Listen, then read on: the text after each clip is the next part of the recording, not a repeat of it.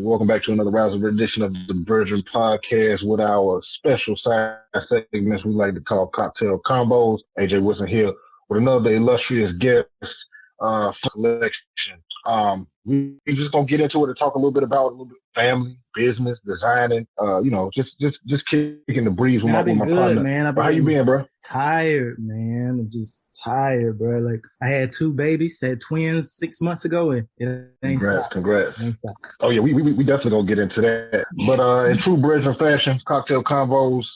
Here's to you, my adventures, and here's to a great conversation. Thank you, my friend. But yeah, we're going to jump straight into it. You said 6 months ago you had twins. Now, I myself have a 2-year-old now, and finding that work-life balance in COVID is one thing, but finding work-life balance in COVID with a baby is another thing. And finding work is a whole other thing. You got to and it sets in, you got two babies on the way. What are you going to do? And I don't think there's a way to prepare for it. There's a way to prepare for two. I don't think it's so at all. But when they got here, I see you for 73 days. They ended up coming early. So, running back and forth to the hospital for 3 months almost. It was a lot, man. And still working and still trying to figure out if I'm going to make a shoe or, design some clothes or whatever I had going on, man. It was a blur. You know what I mean? Not sleeping. I can't even really remember most of it. Just a lot of long nights, man. Mm-hmm. Right now they're great. It's the blessing. Hero and Halo drive me crazy every single day. I'm surprised they sleep right now because they know I'm on the podcast. Hey, look, you just in the beginning, bro. You just in the beginning. Because let me tell you something. These times now, you going to miss it in a very short time frame, man. Because I'm like, my 2-year-old now is just like, I don't know. Two is... One is just like, person. Like when they're a baby, it's all cool because, they can whine. They want something. You give it to them, change the diaper, whatever, they cool. You know what I'm saying? But then after that point, like now they whining and it's just, they whining means and what crying means. And it's like, okay, it's a different ball game. I'm telling you, you're going to miss this point in time right now because I'm like, me and my wife be saying, we'll be like, yo, what happened to the and like just looked around, wanted some milk every now and again, one diaper change, all that go out the window, man. But so I can only imagine what you're going through with two, and the beginning thing. But I'm glad y'all made like the whole stretch of their home and beautiful, like I said. So when I know you said you went through a lot, especially during this time frame, which everything with COVID and it's all been new and we to everybody and trying to really. So on top of that, all of the things that happened, where did you find the ability? I won't even call it strength, just the ability, because sometimes we work through pain and work through weakness. Where did you find the ability to be like, all right, let me start doing something? Because I've seen you're working on some things.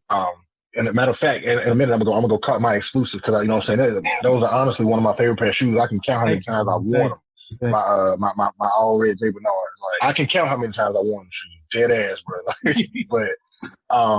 But where did you find that ability to just be like, all right, let me get back to what I do? Because knowing you for as long as I've known you, I know that like design and style is like something that your path have always been there. So a lot of people I know always say when you're going through things, you try to go to your high passion to help you through it. But with so much that comes at you at one time, it feels like you got to kind of dig your way out of it to get back to your passion. So when did you find that ability, or were you kind of like forced, like, yo, I gotta go? I would say probably the latter. I feel like it was a need. I had to do it to give myself some sense of normalcy during all the stuff that was going on. Mm-hmm. So that was like the one thing that I could just sit down. I can hold on to this because this ain't gonna change because this is what I do. You know what I mean? Out in front of Photoshop and Illustrator and all that, and that's my relaxation area, and I don't have to think about nothing else. You know what I mean? It's kind of like that's escape. Now, did you have like writers have writer's block? So designers get designer block. When you first got back into let me do this because I need to? Did you hit this designer's block like, damn, maybe I lost it because I got so much going on? Or was it just like... No. I went through a whole lot of shitty shit. It's a lot of shit over here, like a lot of terrible designs that I cringe at when I look at them now, man. It's just... But, it's like anything else, man. You start to find inspiration and I don't know, man. I started looking differently did when I first started. Because really, in the beginning, it was the challenge of, well, can you make a shoe? You know, addicted to the process of trying to make something and I would say like once the babies kind of got here and I started seeing them and things slowed down a little bit with having to try to run to the hospital. You can only be at the hospital a certain time. You got to leave. You got to come back the next day. You got to get up and go to work. You still got 2 dogs in the house you got to take care of. Got to make sure wife is good. Make sure family's good. Oh, shit, Rashid's now. And I can take a breath and look at things the way I'm looking. It's like everything just started to click again.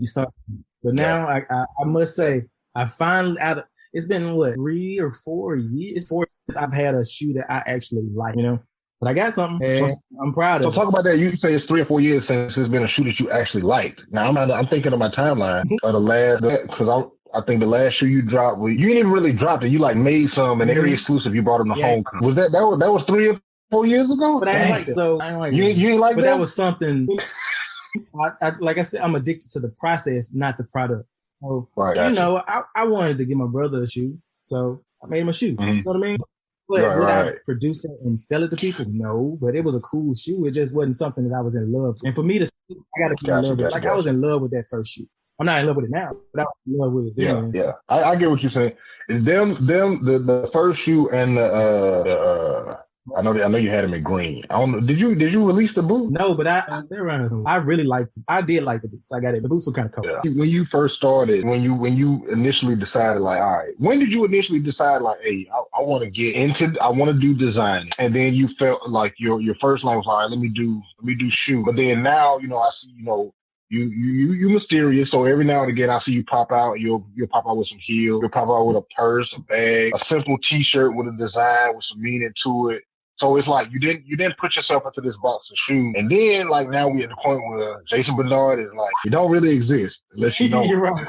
And then one of these days, a website gonna pop back up. Shoes gonna be for sale, limited amount. They're gonna sell out, and then you disappear again. Very simple.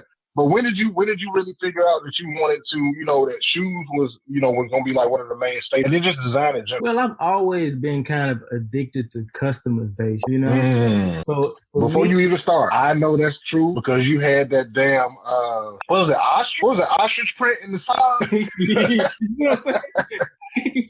Yeah, ostrich print in the side, and I was like, where did you even get this from? Exactly. But yeah, you've been a Dapper Dan type dude for a minute.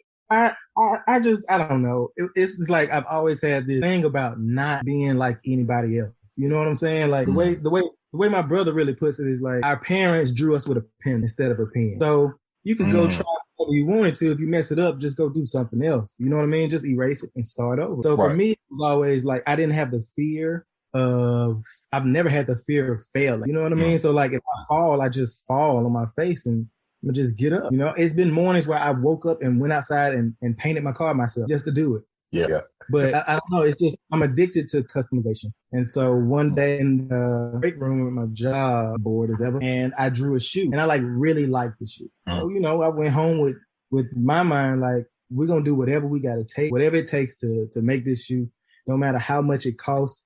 We're going to figure it out. We're going to make it happen. And it just, after a long, costly process, it happened. Right. So let's get into that process because just in general, like, you know, there's a lot of conversation now going on, especially with like Black-owned designers, Black-owned businesses, where is, you know, the areas of entry for certain things are easy for us as Black people. And I say easy, you know, with quote marks on, unless you don't have access to the resources and the money, it's going to be hard. But, you know, if you want to cook, it's easy for you to start a business in this point in time. You start cooking, doing cooking plates in your house, selling plates at your house. If you want to, anything you want to do right now as a Black-owned business or a Black entrepreneur, it's fairly easy to get it started. But when it comes to design, especially when it comes to designing quality products, picking out fabrics, materials, uppers and lowers and all of that stuff, it's like a mystery world to a lot of us because we don't know that, number one, it is possible to get into that process. And number two, how easy it is to do it. But, and I say easy just because once you know where to find the stuff, how it works, it's easy to do. It's just you need the time to do it, but once you figure out like, oh, we're going to put these fabrics and they can put it together for me.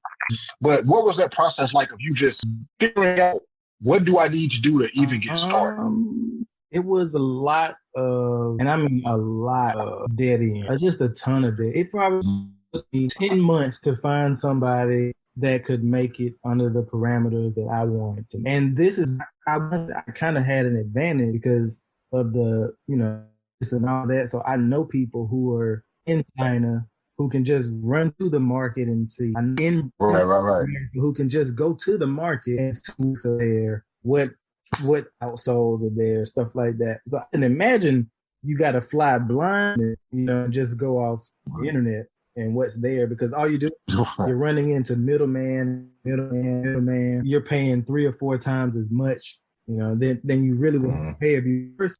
We all have our paths, and if you really want to do it, maybe that's something that you'll do just to get your foot in it. It was a lot of virtual factory walkthrough calls, and at first it was the people in China. And so everything is time-wise is opposite. So now I'm up at 2 o'clock in the morning because it's 2 p.m. there. So I can just do a virtual walkthrough. So it was months and months of samples, having people send you fabrics that they can acquire through the mail, outsoles that they can acquire through the mail. Of course, they want you to pay for the sample. So it was a lot. People only, taking payments. For a while, they paid the bank, and that's an extra $125 from my bank just to do it. So now I'm really kind of open up the ways that they do things, because if they don't, then they'll go out of business as well. Hello? Yep. Man, look, I've been on mute this whole time. I didn't even know I was on mute. All right, here we go. But yeah, I was saying, so, we had, mentioned is, so there's a couple of companies, I won't mention them because they don't pay me to say their name, but there's a couple of companies that made the barriers of entry a little bit more less strenuous, a little bit more accessible to people, where you can go, you can design a shoe, they let you pick some colors, and, pick, leather or suede, a couple of choices, not vast, but you can create your own shoe, but then still you got to pay a couple of $100 for a sample shoe, and they won't put you into production until you get a certain number of orders. But when it comes to your shoes, you can kind of tell, like, this is something outside of that process, because it's not a cookie cutter process where, like, oh, you can only change your colors. Like, you really designed your shoe. But as far as, the dead ends in the process, what kept you going to say, all right, I got to finish this? Because, a lot of people, especially spending that kind of money, dealing with the like, like you said, the time payment arrangements, all of what went into just getting the sample. We ain't even talking about you got the shoe that you like ready to put in production, and now you're working out, all right, this is what we need. And you probably ain't even had a box design yet. It's like, all right, what kept you saying, like, all right, let me keep going through this process. Let me continue to put money in this process. What about this was so near and dear to you to where you was like, yo, I have to finish this. Like, I know failure's not an option, but something in you had to be like, yo, all right, I'm gonna keep going. I love that shit, man. I love it. I don't know what other way to say it, bro. Like, when I'm going through it, customization. When I'm obsessed with it, I'm completely obsessed with, like, having that one thing that I know is mine. You know what I'm saying? Like, mine. Like, it is what it is. Maybe it comes in this. Like, when I would hit the roadblocks, it would just be fuel. Like, this whatever it is not gonna stop me. I don't want to stop until I get the finished product that I'm happy with. I'm not going to stop. I've been like that with anything that I've ever wanted in life. If I want it, I will figure out a way, and I'll kill myself to get it. I don't need sleep. I don't need food. I don't need whatever. My wife used to fuss me. You're not eating. You're not going to sleep. It's 3 o'clock in the morning. She wake up. I'm sitting on the computer talking to people. Like, I don't care. Nothing matters except this goal, and nothing will stop until this goal comes. That's like an ultimate dedication, man. I like, that kind of dedication is what a lot of people lack when it comes to really following their passions, especially with something so kind of like specialized as design. It's like you're going to hit those dead ends and those barriers, where a lot of the stuff is put in place to discourage you from getting into it, right. to eliminate saturation and monopolies of the markets, and to keep people that's already in place. So it's like, it's definitely there to discourage. I'm trying to turn my camera back on because I went and pulled these exclusives out. I went and pulled these exclusive joints out from the vault as soon as I get my camera back on. But hold on, here we go. There we go. Here we go. There we go. All right. Yeah. So there it is. So we got these exclusive joints coming out the box. We got these exclusive joints coming out the box. Circa 2015, something like that. Let me tell you something, man. Look, these are literally one of my favorite pair of shoes, and it's, I'm gonna be real with you. It's because you designed. You seen when I first opened the box. I still got the video. Look, man, like it's you got your signature on the side, signature on the bottom, and it's a beautiful shoe all the way around. It's a cool ass shoe. I think I got them because it was all you had available at the time. I was like, I gotta get in the soul. I think it's in the soul. Name in the soul. That all these people still got their shoes. I don't have a pair. You don't got a pair of these? You must have gave them all away. I have a pair of nothing. No, bro. So what? You take a pair of them and then give them away? No, I don't know. I wore mine. I think I threw them away like probably about 3 months ago. Man, hey, it's a homeless man walking around Atlanta. Hey, you don't know what's wild, what's wild is like a few months ago, I walked past. That's classic. I walked past and I'm like, yo, where you get these from? Like, oh, son, I stole these from you as soon as you got them. What? hey, just because I know both of y'all, like I can tell that that's like, look, you weren't wearing them. I saw him. Come on, bro.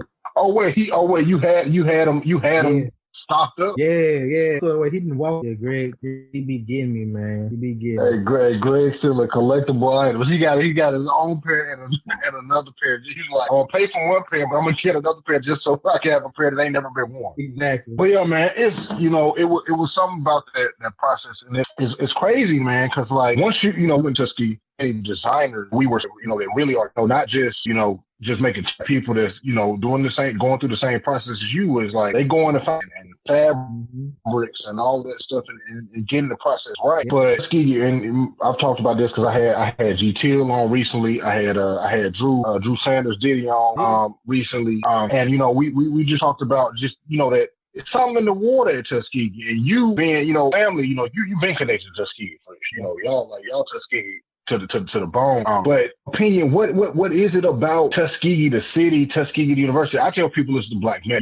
We grew up in a place where we saw black people just thriving our whole entire lives. Even if you didn't live there, I'm saying you Alex City, but Tuskegee always still is. It's like what it is about Tuskegee that you think is just it's something in it where, like you said, it pushes us to.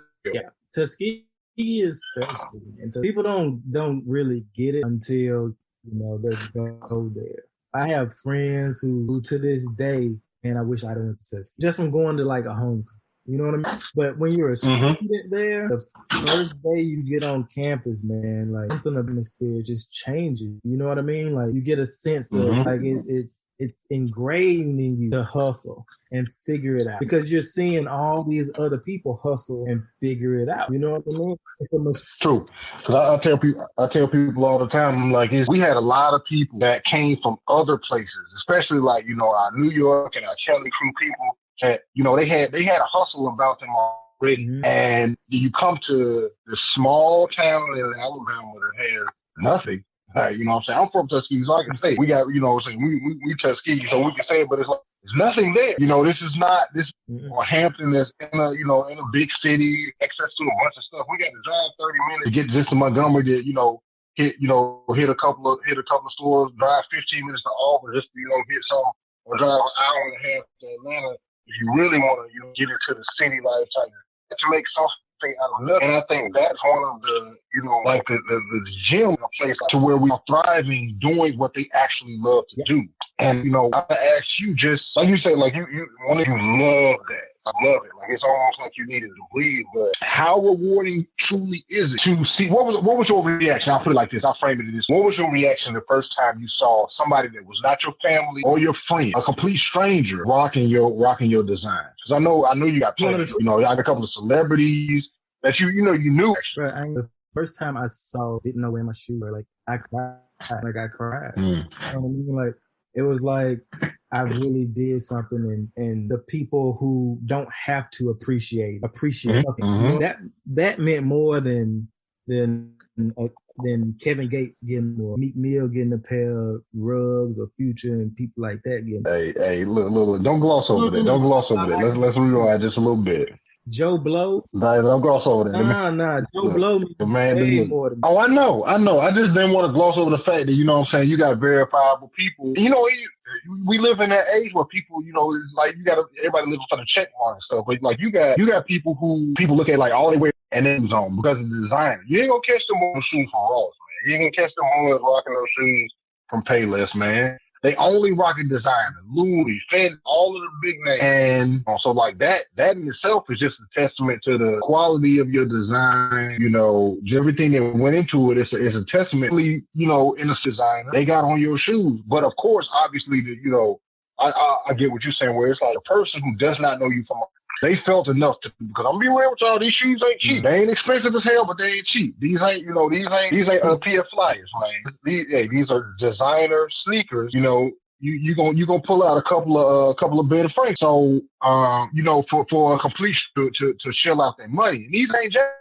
You know, we used to see people lining up for J's and stuff like that, and it's like, everybody gonna have them on. My biggest thing with these shoes was I know for a fact that there was nobody else that was gonna have these shoes on as long as I was where I was at.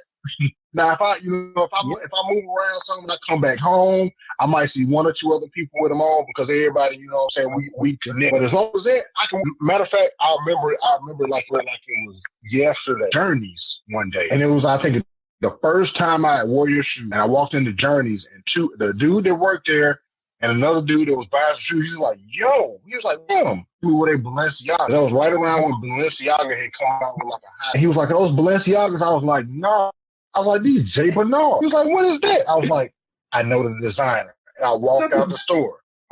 I asked my wife, she was standing right there. She was like, you feel good? I was like, you have no idea how good this feels. I have no. To say that, you would have thought that these was my shoes. But bro, I walked into a shoe store and they was like, what are those? Before one of those happened, they were like, what are those? I was like, they were like, these the Balenciagas? No, these J. Bernard. And I walked. So I definitely get what you're saying when it's like, you know, the average man who you don't know that's willing to support you is really the testament to the quality and the design that you're putting out. Mm-hmm. But we coming up on a little bit of time, so I'm gonna try to wrap this up a bit. But I'm gonna go ahead and ask what's next? When? Tell me if you can how much I need in the reserves so I can go ahead and cop this next pair, because from what I can see, what I can tell, because you sent me a concept, or, you know, you sent me a sample of what you got next, but I know for a fact that ain't it. So what's next? Oh yeah, I know. For that shoe I sent you with a couple of modifications is certainly next. I when I say I love it, so summer 2021 we're gonna be the man that I'm proud of, and hopefully, you know, you as my brother, you'll be proud of him too. You know. Oh man, look, I already told you. I'm waiting in anticipation. I've been waiting 3 or 4 years for my bad. I was like, and then it was not available there, you know. So, you know, maybe I'm gonna have to come to you to commission myself a pair. And I know you did do that for a couple of people. You had a couple of one-of-ones. Yeah. So that, you know, that might be something that I have to do. You know, I just gotta do it. Anything at this point. Let me get some. Look, hey, I appreciate it. So yeah, y'all heard it. Summer 2021. It is day we're recording this. It's spring 21. So, you know, we got a couple more months for it to get everything in order. Y'all be you know, support that. So in terms of, there is no website or anything for you to support. Well, you know, the best way is on my Instagram, which is Jason Bernard Official, JASONBERNARD. Because, you know, when they drop, they're gonna drop. It'll probably come, and you got to get in where you. When they go bullshit, when they drop, they drop. The reason Look, I got one pair. I don't to make pieces. You know, I'm gonna pair for you. I'm gonna save this pair for you. I don't want to do that. So I just give it. Yeah. Look, man, when you get into the game of doing this, you gotta. We honestly, and I hope that more people start embracing, especially my own businesses now. In with this, business has to be business. Personal has to be personal. Yeah, I know. Yeah, he's a designer, but I can't expect this man to hold shoes waiting on me to trade or say I'm coming to get them when he can go and sell to somebody who, you know. Like, when it comes to Black-owned business, we gotta be more expert of the fact that it's business and it's not pleasure. It's not personal. These people are running businesses, man. It's a product. This is their passion. People as such. Nike ain't holding you no shoes. Adidas ain't holding you. Some of y'all still trying to figure out how to build a bot just so you can buy some shoes on the app. Exactly. So listen, put that same energy into it when you come into these black designers. We're gonna have plenty more on here with Cocktail Convos. I'm glad we were able to, you know what I'm saying, get a sit down with you, Jason, and you know what I'm saying. I'm proud of you, brother. I'm proud to know you. I'm proud of the product that you're putting out. You know what I'm saying? Whether I copy it or not, you always want support. So with that being said, any last words for the people? Trust the process. Don't rush the process. Focus on your mission, not your condition. Ooh, we've been the high five like he going back in the booth. That's another conversation. But ladies and gentlemen, that's gonna do it for us here at BREADren Podcast Cocktail Convo. Cheers to my brother Jason Walker, the designer of the Jason Bernard collection. But make sure that y'all are following us on all our social media and all our platforms at BREADren Pod. It's BREADREPOD. Bread like bread, because we always about our bread and we always hop on record with